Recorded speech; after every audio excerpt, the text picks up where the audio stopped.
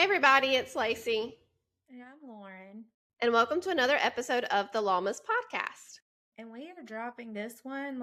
We're actually recording this on Wednesday at about lunchtime, 5:13, and we had a different topic planned, but we're evolving and changing to what just happened in the news. About an hour ago, Murdaugh just got issued a new trial here in South Carolina. And so we are switching on what we were going to talk about to be able to talk about this Murdaugh situation while it happened and kind of tell you what it means now that he got a new trial and how this is going to impact him.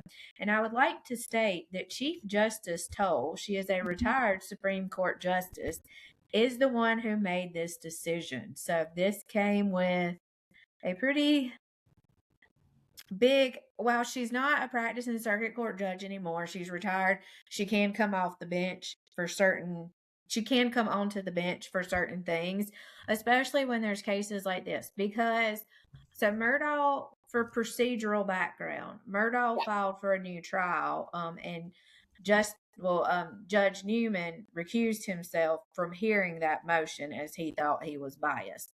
So they brought in Jean Toll, who used to be one of our chief justices, to hear this, kind of like she was in the bullpen and they pulled her up for this. So this is kind of a big deal that They who made returned this her. decision, because she was Supreme Court Chief Justice. She actually swore me and Lacey in to be attorneys.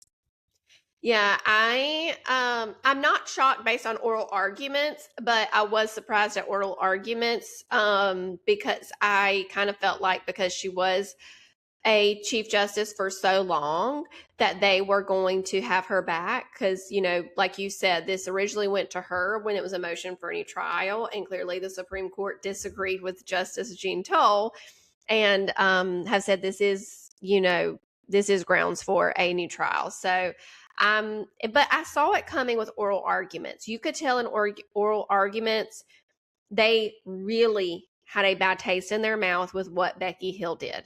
They really did. They were very upset about it. They were very angry. I think those emotions really was portrayed in the hearing.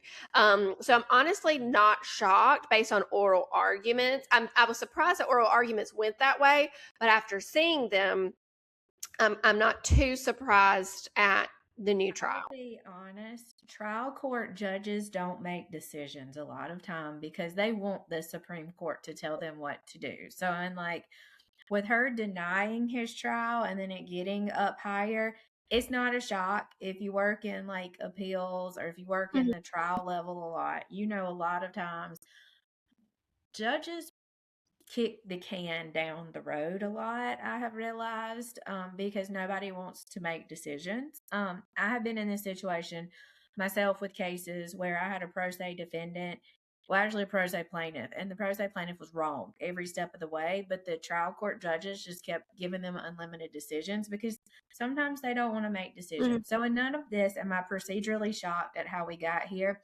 because in a lot of times in the judicial system, if we can let somebody else make the decision, they will do that. Yeah. I have had the opposite experience in practice. I feel like I've had a lot of judges that really truly take their time to get it right. Like the trial I just had with Judge Christopher Taylor, I think he was really thorough in trying to make all of his decisions and trying to not kick it down the road. And I feel like I've had a lot of those judges, and he was a great trial judge. So much respect. I didn't win all my motions, but he was very thorough and explained things and took his time if he needed to, in researching the issues. But that's just my experience. But I think it's really different when it's going to set precedent. That's I will true. tell you, there are cases we've had that were setting precedent. Now, I will say we had a probate litigation that we won, but we wanted it to get appealed because we wanted it to set precedent because it was the first one of its kind in South Carolina. And the other side didn't appeal. But that judge did a very, very thorough order because he really thought it was going to get appealed. And so he was setting the record. But a lot of times, if you are making new case law, sometimes you have younger judges who are ready to go to make that case law, and sometimes you have people that don't want to rock the boat. Correct. And I feel this was not a minor decision. This was a massive decision to undertake, and it is the impact of it, I think, is the biggest thing. Not as much that he's getting a new trial, but I think if he had not got the new trial, the impact of it would have been substantial because we would have allowed jury tampering and let Agreed. it move forward. And that would have impacted, I think, a lot. I think this case, I think the hard part is we all think Alex Murdaugh did it. Right. He took the stand. He 100% had something to do with this. So I Right. think that's the hard part in a lot of this is the fact that we want him to be guilty because we honestly almost all think he is. But if they would have not given him a new trial, that set a terrible precedent in our state because the jury was tampered with. There's no Right. question of it. It happened. The jury was tampered with. And if we hadn't given him a new trial, we would have allowed it to be okay to have people come in and give their opinions to jurors who were not on the stand, who were not under oath, who were in positions of authority, because the clerk of court is in a position of authority, but their role is to never give you an opinion as a juror. They're there to make sure you are taken care of, in a sense. Like the clerk of court is there to organize the jury room, to send out the jurors, and then to have, snacks and drinks and be Mhm. there for questions, not about the trial, but about like, where do I park? Are you going to validate my parking? It shouldn't be questions of, is this person guilty or innocent? What evidence do I need to listen to? They are not there to give you any of that. They are there just to help you through the process. Right. And I have to say, I'm kind of upset about it though. Like, I agree based on law, right? Based on the law, this was wrong. And one thing they look at is, did it prejudice the case? I absolutely do. And I fully 100% support this decision because I agree with everything you said. But I've lost things where I know I was right on the law, and I've had to go through an appeal and win those. And there's some I'm waiting on, but I literally just got an order from a judge, and I know that I'm right. I know that I'm right. Like, and now my client goes to trial, and that's what kind of bothers me. And my friend group has been chatting a lot too, and I think this is what's bothering them too, is that now a powerful white man gets a new trial, but how many people have deserved a new trial but didn't get it because maybe they didn't have the funds for a good attorney for an appeal or something like that? Because some of these and I'm not bashing everyone, but I've dealt with people who get a contract for appeals and PCR, and I can't remember, the attorney called one time on one case and she said, this is just one of those run the mills where they're guilty and I don't really need to do much, right? And I'm like, actually, no, you have somebody who's wrongfully convicted and they need a new trial. But I worry that some people get cases on contract and that's their basis. This is just a run the mill, and they don't really invest a lot in it, and I hope that what I just explained is the minority and not the majority.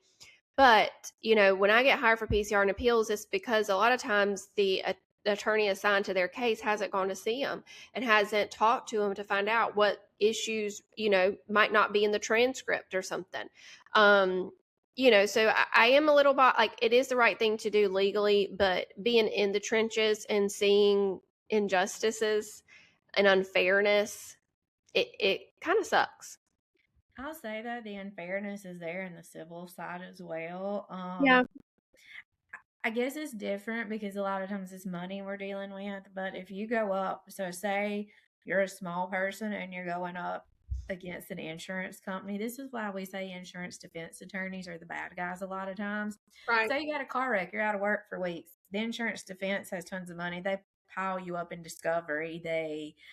You don't get a fair trial. And I think that's fair across the board. But I think the bigger issue here is this wasn't even a question of law at the end of the day. This was somebody straight up going into the jury room and telling them what to do.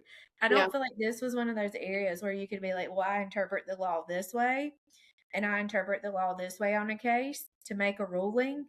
Somebody went in and did this for money. She wanted to write a book on this, and she did. She wanted to get famous. She was chasing that. And Well, it was clearly Justice tampering. Cole, I mean, yeah, but Justice Toll's interpretation of the law is vastly different from the 5 justices. I mean, she wanted it to be appealed. There's no doubt in my mind she didn't want to make the decision. That is all that came down to. She didn't want to make the decision. She passed it to somebody else. And that happens. Yeah. I have personally watched that happen in my cases so many times until some judge finally gets fed up and makes the decision. She didn't want to make it. She knew what was going to happen. She's smart. Yeah. She's probably one of the smartest attorneys and women out there. Very. She knew what she was doing. And I will say my Lord Chelsea agreed with Okay. we both believe. Interesting. But because we've seen it so much from a civil side. I just don't have that experience on my side. And maybe it's different judges in different parts of the state. But I literally could not win a case until I got in front of the same judge 2 times in a row on the same issue. When one judge told me in a case, they were in default. They were in default by 30 plus days. And he said, what's a month? See, that is what we have dealt with. So, like, she just was kicking it down the road because she knew this. And she didn't want to rock the boat in any way, but she knew. Deep down, she knew no matter what she ruled, it was gonna end up. Yeah. And I think in this situation, he deserves a new trial. The issue is he's not going to get a fair trial. At this point, there's no way he gets a fair trial. So yeah, you can like say it's not fair he got this when other people didn't. But he is in such the media, there is no way he will have an innocent jury. There is nobody out there. They're going to have to bring in a new judge probably to hear this because it's going to have to be somebody that doesn't care about status because judges are human too. A lot of them like to get on TV. There are certain prosecutors who used to get their makeup done to get on TV with their cases. Like, they're just human. And that's going to be the issue. Did they, because I mean, we literally had our podcast sets record before we really had time to read the order. I'm curious if the order includes if the financial crimes should or should not have came in, because that was another issue on appeal. Now, I didn't go through all of that. I don't know. But you know what the biggest takeaway I think for me is? He doesn't take the stand this time. Right. Let me see if I can find the order and see. If he doesn't take the stand, that could open up because wasn't that how it opened up? Because he got on the stand? He opened it up by getting on the stand, I'm pretty sure. No, it came in before he took the stand. Newman let it in before then. Okay. Trying to find the actual order. Okay, so while I'm trying to find out about the financial crimes, we'll come back. Is it here? Let's see. You're Alan Wilson, you're running for governor. Do you retry this before, which time's crunching there, or punt it? You're not going to have it done before the primaries. That's in a month. Less than a month. Primaries are early. Another question is, do you retry it? Do you think the taxpayers of South Carolina want to pay for this again? He is already in federal prison for 40 years. He is 60? But if it's just the financial crimes, he could end up getting out. He's 57 years old. Yeah, I don't know what the percentage on the financial crimes is. I know he got 40 years. Just realized his birthday is 2 days after mine. So he's 57 years old, 40 years. He says, so he would get out at 97. I mean, what do you do? So you think for sure you retry it? I think you have to. You're going to, I think they're going to retry it. I think you have to. I think the Court of Public Policy is going to say you have to. Yeah. I don't know.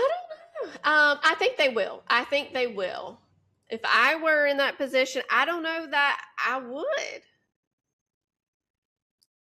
Just being honest, it's a lot. It's very time consuming. It's a lot of money. He's already going to do 40 years for the financial crimes. If it is in fact 40 years and day for day, or at least I would say 80%. I don't know. I cannot find the freaking order. The one, I okay, don't it says the know. very end of here, it is noticed at the outset. Hill's shocking jury interference was accomplished outside the presence and knowledge of the outstanding trial judge and superbly competent and professional counsel for the state in defense. Did you find the order? Yeah. Oh, send it to Just, me. let's see. I'm trying to find if they said it's a really long order. Like, we probably need to read this thoroughly and then give y'all an update Right. I do want to after point this reading it. out.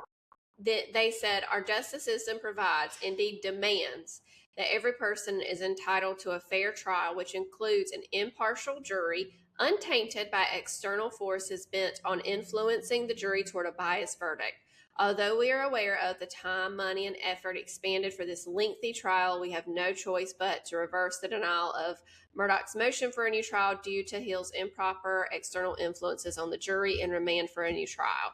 So I don't know if I'm reading about the financial crimes are on page 22 of the order.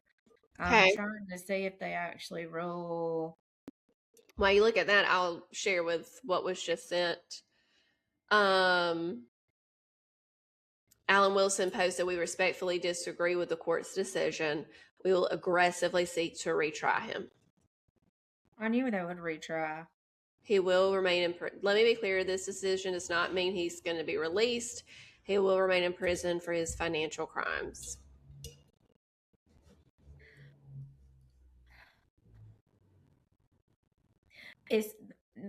Let's see. We agree with the state that evidence of Murdaugh's financial crimes made the state's theory of motive probable. The more difficult question is whether the trial court should have excluded all or some of the financial crimes pursuant to Rule 404B or Rule 403. So Okay. it's a lot. Okay. Let me just tell you, when you read these orders, they can't ever just make it easy for you. I know. They like, here's the bullet points. Yeah. You can do it or you can't do it. That's what we needed, Supreme Court. Just a headline of saying Judge Newman was wrong, should not have let this in, or Judge Newman was right, it can be used. Let me see. I will send this to Lacey, and also we'll Yeah. read this, and I think maybe we just each can like summarize different parts of it that we think matter to us to give you like a little follow up, maybe to post after the podcast. Yeah. Because I can't sit here and read this whole thing and take it in right now, but we just had to bring this to you. And I guess the thing is, I imagine they're going to move for change of venue. For sure. I don't think you can try it in Colleton County. I have a feeling it's coming up here to the upstate. I thought I'm saying here in Columbia, I was like, why would it come here? I could see that. I could see it being moved to the upstate, actually. I really want them to bring the judge I clerked for, Judge Cole, out of retirement and make him try this case because he would be amazing at it. Okay. He is not biased. He does not care about the media. Like, literally. Yeah. He's not there to make a name for himself. I think that's the issue. Judge Newman's that way too, I'll say. Yeah, I think Judge Newman was great from the start, and he was retiring. So, like, I think the issue if they bring in a really young or not young, but brand new judge, they're going to want to, like, make a name for themselves. You got to bring in somebody who the media isn't going to rattle and literally doesn't care because they're near the end of their career. Yeah. Well, I definitely think you need a judge that's had a lot of experience. Judge Cole meets that. He was on the bench for 20, 30 years. He worked in both the prosecution and criminal defense. So he's been on both sides of it. Right. His background was almost all criminal, and he learned civil, obviously. And he was in the days of general practice. So he was a prosecutor, then came out and opened his own firm to do criminal defense. So I think he'd be a great person for it. So I'm going to vote for him. I would love to see Judge McCaslin do it. I would just love to see a female judge up there. I like Judge McCaslin. I don't think she cares about the media or anything like that. But she can be theatrical sometimes when she wants to be, and I just think she would just be great. So if I could pick anybody, I would pick Judge McCaslin. I 100 am on Cole because I love when he pulls them little glasses down and stares. Yeah. When you're Yeah. like, you don't know what he's thinking. And I will say he's good at not showing bias in any way. Like, he's pretty neutral. And I will say, like, the whole time I was with him, I never felt any real bias one way or the other. And he knows the law back and forth. There are certain judges that I don't think should be fit for this because here in South Carolina, we technically, our circuit court judges do both criminal and civil. And this is a big point of contention I think needs to be dealt with because realistically, there's a lot of judges who have only done personal injury cases or insurance cases and medical malpractice, and they're sitting on the bench for criminal. But on the flip side, there's a lot of people who've only been in criminal trying to learn civil cases. I think our court's eventually going to need to split and have judges that are qualified criminal versus civil. Yeah. I did text Kenny, he was one of the experts in the case, and now he's become a good friend of mine. And I said, are you surprised? And he said, no, I think it's a lot of us after oral arguments are not surprised, but he did have to say he was only mentioned once and it was complimentary. So he's taking it as a win in his personal book. He didn't say that. I'm saying that like he's taking a personal. I got a text when we were filming this from our friend Jillian, who was in law school with us, and she lives up north now. She lives like in Virginia. Yeah. She goes, is Paul ready to go back on the stand? So, because yeah, our friend Paul Greer was in the trial. He was a sled ballistics expert. Yeah. And I want to text him, but I know he probably can't respond about it because I'm just going to track him down. He goes to church with my parents. He's their music director. I'm just going to go to church and be like, Paul, talk to me about this. Yeah. Maybe when it's all over, we can get him as a guest because we love him. Well, Kenny will come on. We just have to get a time that works for all of us, for sure. And also that they probably don't need to say anything right now. I think he could talk about his experience and testimony because it's in the transcript. He wouldn't be able to give anything outside the transcript, though. Right. I don't think he could at any time, though. Once there's a new trial and it's over, he could probably talk about whatever. So right. It's going to be interesting to see. It's going to be interesting to see is Murdaugh going to use the same attorneys? Are they going to have a completely different trial strategy? Because he used two of the most prominent. He was with the most prominent criminal defense attorneys in our state. Here's the big question, Lacey. If they ask you to join the defense team, would you do it? 1,000,000% in a heartbeat. In a heartbeat. I've always, like I've said, I won't be a part of it now because of the statements I've made in the past, but I've always said I felt like he knew what was going on. Whether he did it or not, I don't know. But I probably won't be used because they'll play or the jury. I guess I'd have to make sure the jury in voir dire hasn't heard any of my statements in the past to weed them out. But I think he needs a female lawyer. 100% think he needs a female lawyer that's actively involved in his case. He's accused of killing his wife and baby. You need a woman. But yeah, heck yeah. If y'all see me, I don't care. Also, shout out like CNN, MSNBC, the Today Show, Good Morning America. If y'all need local people to discuss this and you want correspondents down, because I would love to do that. That's my dream job, is to just be a correspondent that talks about legal cases. And look, I know I don't got no criminal experience, but half the people on your staff don't. So we're good. Just come after me. Come after Lauren. She's ready. Be here. I'm ready. I'll get my money. I'll go buy a new suit. I'll sit in the courtroom all day. I'm ready. Lauren is ready to change her career. She's here for you. I'm probably not that dedicated. I can give you a little bit of time, but it is not my dream to be a court correspondent. Even though I was a journalism major, that to me, that sounds not thrilling at all. Oh, I would love it. I'm a biology major. What am I going to do with that? Nothing. True. She's ready. Hey, you're ready for the med-mal cases too. Let's go. Now I'm ready for all the IP. I got you. So yes, MSNBC, call her. But we will definitely be back discussing this over probably the next few days on our socials because we've got to dig into this order.